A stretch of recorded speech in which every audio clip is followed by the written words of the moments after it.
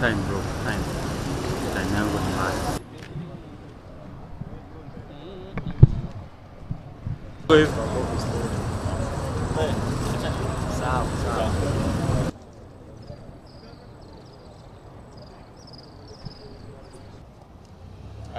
I have mentioned that I was.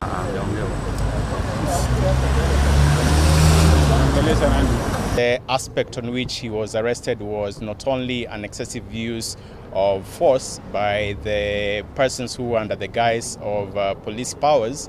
These individuals were covered in masks, and indeed they were carrying weapons which can only be held by officers of the law. We will be requesting for cash bail, and we hope that our request is going to be honored. We do not intend to have the Member of Parliament be in custody for the whole weekend, and I think under the charges which is being brought before him, he has a right to be granted cash bail.